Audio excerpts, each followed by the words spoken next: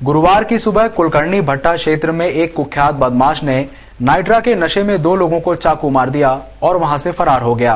Police दोनों घायलों को लेकर एमवाय अस्पताल पहुंची। पुलिस द्वारा लगातार शहर में चलाए जा रहे गुंडा अभियान का खौफ धीरे धीरे कम होता नजर आ रहा है।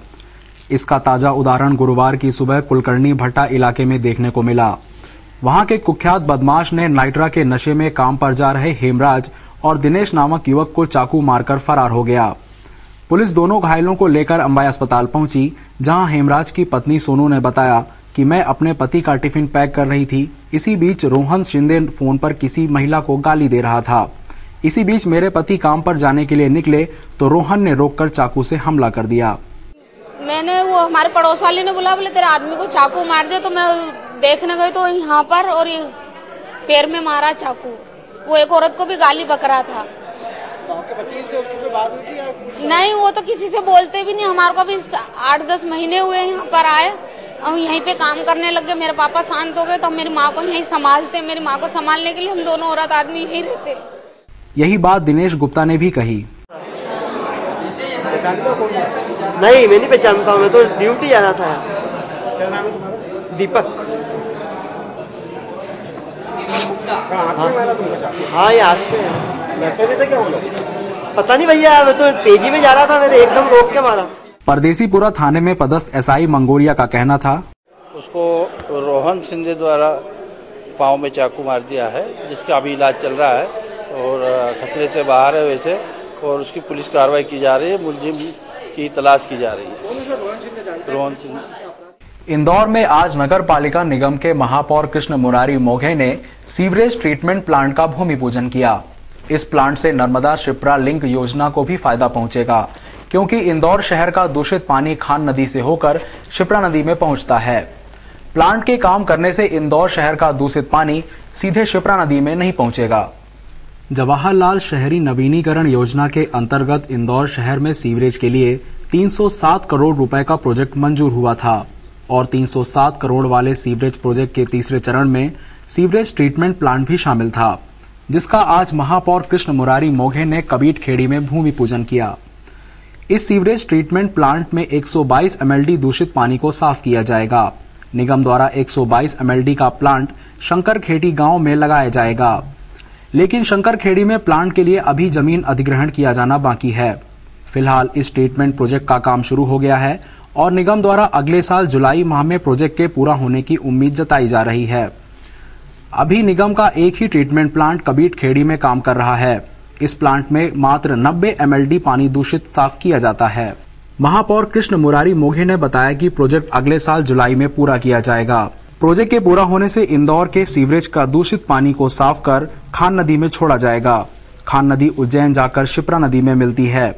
इस योजना से इंदौर से खान नदी का दूषित पानी शिप्रा में नहीं पहुंचेगा और शिप्रा नदी शुद्ध रहेगी।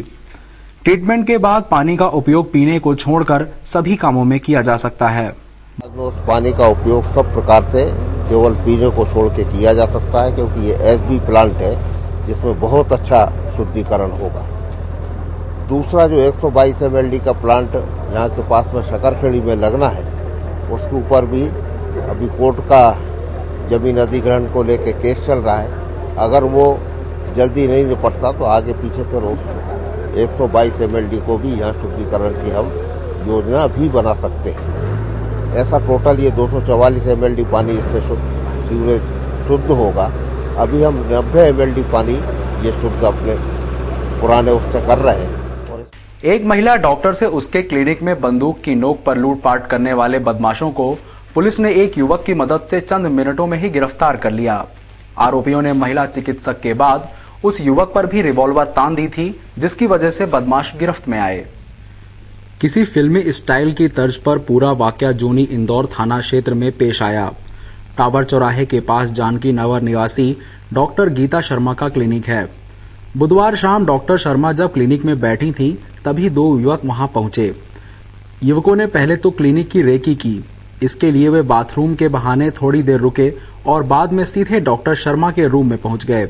बदमाशों ने यहां डॉक्टर शर्मा पर रिवॉल्वर तान दी और जान से मारने की धमकी देते हुए उनसे सोने की चैन व चूड़ियां लूटकर भाग निकले।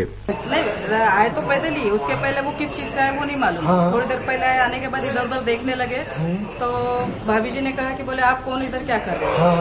तो उन्होंने कहा कि बोले वो हम इधर बाथरूम के लिए आए। तो कुछ बदतमीज तरीके से कहा, हाँ सुसु करना इस तरीके से बोला, जो कि गलत तरीके से बोला। तो उसके आंटी जी को लगा कि अरे अरे कोई गलत लोग तो नहीं है। फिर भी उन्होंने उनको डांटा कि यहाँ से जाओ बोल के। थोड़ी देर के लिए चले तो गए हो, फिर बाद में वापस आए।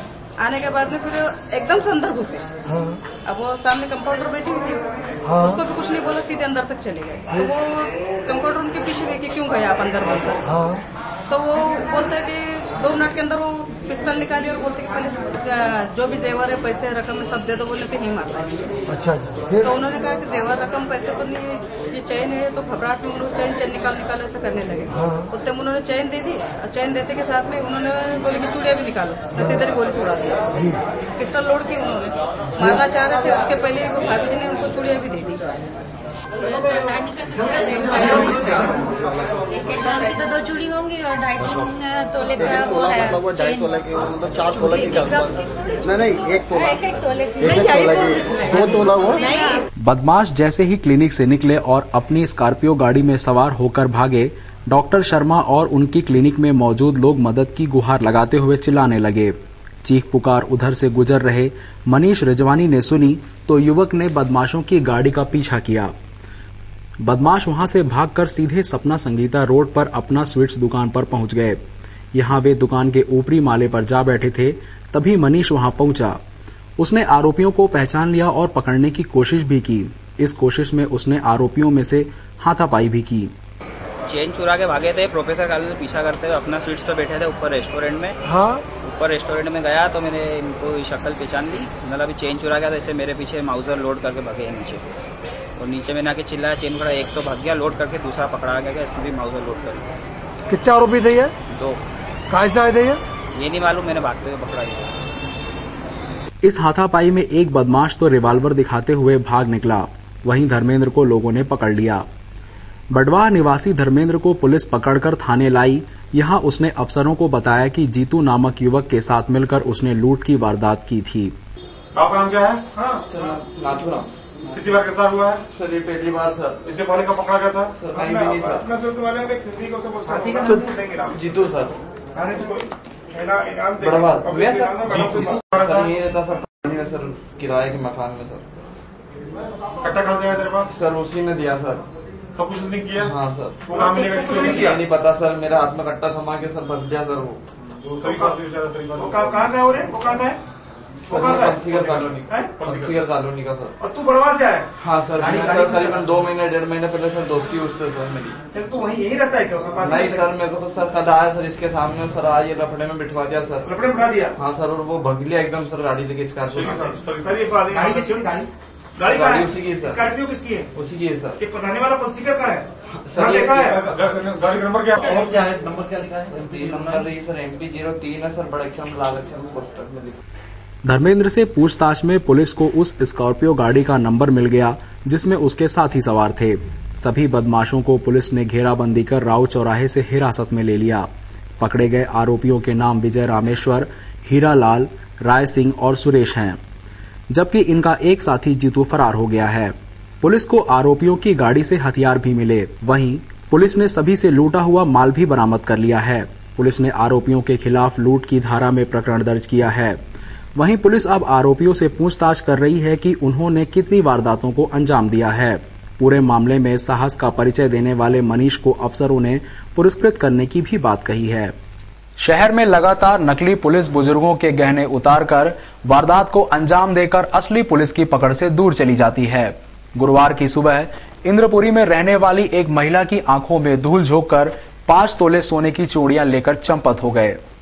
भंवरकुआं थाना प्रभारी आनंद यादव के मुताबिक इंद्रपुरी में रहने वाली हरवंश कौर नामक महिला अपने पति के पास जा रही थी कि रास्ते में बाइक सवार उसे 2 युवक मिले। उससे कहा कि आपकी चूड़ियां उतार लो, आगे खतरा है। दोनों ने अपने आप को पुलिस वाला बताया। महिला ने चूड़ी उतार ली। उसमें से एक युवक ने चूड़ी हाथ में लेकर कागज में लपेट दी। महिला ने आगे जाकर कागज खोला तो उसमें नकली चूड़ियां थीं। पुलिस ने पूरे इलाके में नाकेबंदी कर महिला द्वारा बताए गए हुलिये के हिसाब से युवक को तलाशना शुरू कर दिया। महिला हैं जिनकी उम्र लगभग 58 वर्ष है, इंद्रपुरी की निवासी हैं। ये अपने घर से पीछे वाली गली में ही थी। उसी समय पे दो व्यक्ति मोटरसाइकिल पर आए और इनको कहा कि आगे महिला को लूट लिया है, हमारे साहब आगे खड़े हैं, हम पुलिस वाले हैं और आप गहने उतार के रख लीजिए। उसी पर उसने जो है अपने गहने उतारे और उसने कहा कि कागज़ में लपेट देते हैं आपको, और उसमें कागज़ में लपेट कर जैसे ही उसको दिए और आगे बढ़ गए। थोड़ी दूरी पे जब वो पहुंचे होंगे तब महिला ने आगे कागज़ खोल के देखा तो वो चूड़ियाँ नकली थी। इसी बीच में उन्होंने बड़ी सफाई से वो चूड़ियाँ बदल दी थी। तो ये करीब 2 व्यक्ति हैं जो कि 35 साल की उम्र के आसपास के हैं। एक सांवला सा व्यक्ति है, एक गोरा व्यक्ति है, पुलिस जैसी कटिंग है और एक खाकी स्वेटर और एक ब्लैक स्वेटर पहने हुए हैं। दोनों की तलाश और नाकाबंदी के लिए प्रयास किए जा रहे हैं। हरिवंश कौर ने बताया, आगे निकल गई थी तो उसके बाद में एक सांवला जरा मोटा जहा था, वो मेरे को बुलाने आया, बोले माता जी आपको हमने आवाज दी, आपने सुना नहीं? तो मैंने कहा मैं नहीं सुनती किसी की। तो बोले वो साहब खड़े हैं, बोले बात तो सुनो क्या कह रहे हैं। तो मैं वहाँ गई तो मेरे हाथ में चूड़ियाँ थी, तो वो बोले चूड़ियाँ उतार लो, साहब की गाड़ी खड़ी है, तो बोले कि जुर्माना लगा लेंगे 2-2.5 रुपये। तो एक लड़का और था, उसने चेन पहनी हुई थी, तो वो चेन उससे भी उतरवाई चेन। तो वो एक कागज दिया उसको, उसने कागज में डाली और मेरे को भी बोले ये कागज है, तो बोले इसमें रख दो। तो मैंने मना कर दिया, मैंने कहा मैं नहीं विश्वास करती। तो बोले रखो तो सही, वो भी बोले नहीं कुछ नहीं होगा। तो मैंने रख दी, वो काले के हाथ में थी कागज, मैंने रख दिया। उसने लपेट के तो मेरे को बोले कि इसमें रख लो चुन्नी में, तो मैंने नहीं कह दिया, मैंने हाथ में पकड़ ली और आगे जाके मैंने थोड़ा सा आगे रखा। तो मैंने कहा कि मैं पहन लेती हूँ, देखा तो ये ऐसी नकली चूड़ी निकली। क्या कितने तोले की थी? ये 5 तोले की। कहाँ की घटना है? ये इंद्रपुरी की है। शहला मसूद हत्याकांड में गुरुवार को सीबीआई के एफएसएल अधिकारियों के बयान हुए। दोनों अधिकारियों के आरोपी पक्ष के वकील ने दिए बयानों को गलत बताते हुए उन पर आरोपों की झड़ी लगा दी। इस केस की अगली सुनवाई 10-11 जनवरी 2013 को निश्चित की गई है। शहला मसूद हत्याकांड में गुरुवार को इंदौर के जिला कोर्ट में सीबीआई के एफएसएल अधिकारियों के बयान हुए, जिसे आरोपी पक्ष के वकील सुनील श्रीवास्तव ने क्रॉस किया तो अधिकारी इसका जवाब ही नहीं दे पाए। वकील का कहना था कि हत्या के 15 दिन के बाद मृतक के खून की जांच की गई, इतने दिनों तक खून को कैसे संभाला गया। साथ ही उनका कहना था कि फायर देसी कट्टे से हुआ जबकि हत्या पिस्टल से हुई। माननीय जज ने अगली सुनवाई 10-11 जनवरी 2013 को निश्चित की है। प्रस्तुत करने के लिए 10 जनवरी की तारीख लगवाई है और आज कोर्ट में doctor BK Mahapatra forensic laboratory Delhi से आए थे और SK सिंगला जी आए थे, जिन्होंने मृतिका के कपड़े और उनकी कार से जो सामान मिला उसकी जांच की और ये बताया है कि उसमें से खून के निशान पाए गए थे। आगे की तारीख 10 जनवरी। BK महापात्रा और SK सिंगला ने ये बात बताई कि जो उन्हें हथियार मिला वो सीलबंद नहीं था, उस हथियार पे ब्लड नहीं पाया गया है। लेकिन उन्होंने डिले उस 27/11 को उनको मिली है, 16/11 को मिली है, 27/11/2011 को उन्होंने उसकी जांच करी है।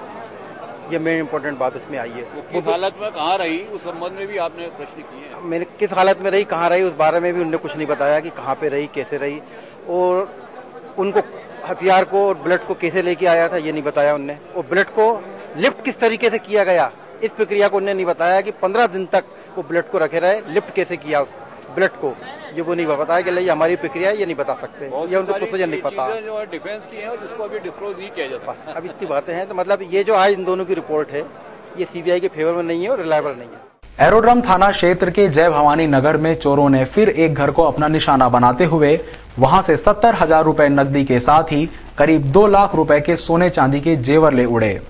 शहर में हो रही लगातार चोरी की वारदातों से फिर एक बार पुलिस की रात्रि गश्त पर सवालिया निशान लग गए।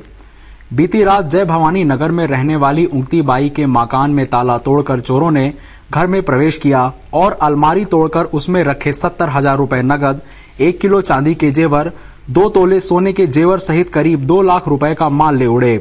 घटना की जानकारी देते हुए उंगती बाई का कहना था, सामान बिछुड़ी, पाजेब, पैर की चूड़ी, पेराल छागल चूड़ी पहनते ना, वे थी, टाप्स थी, झुमकी थी, छटका तो छोटी मोटी चांदी थी, और नसीर बाबा के देवी देवता के रकम पैसा रख के भी थे, सब गए।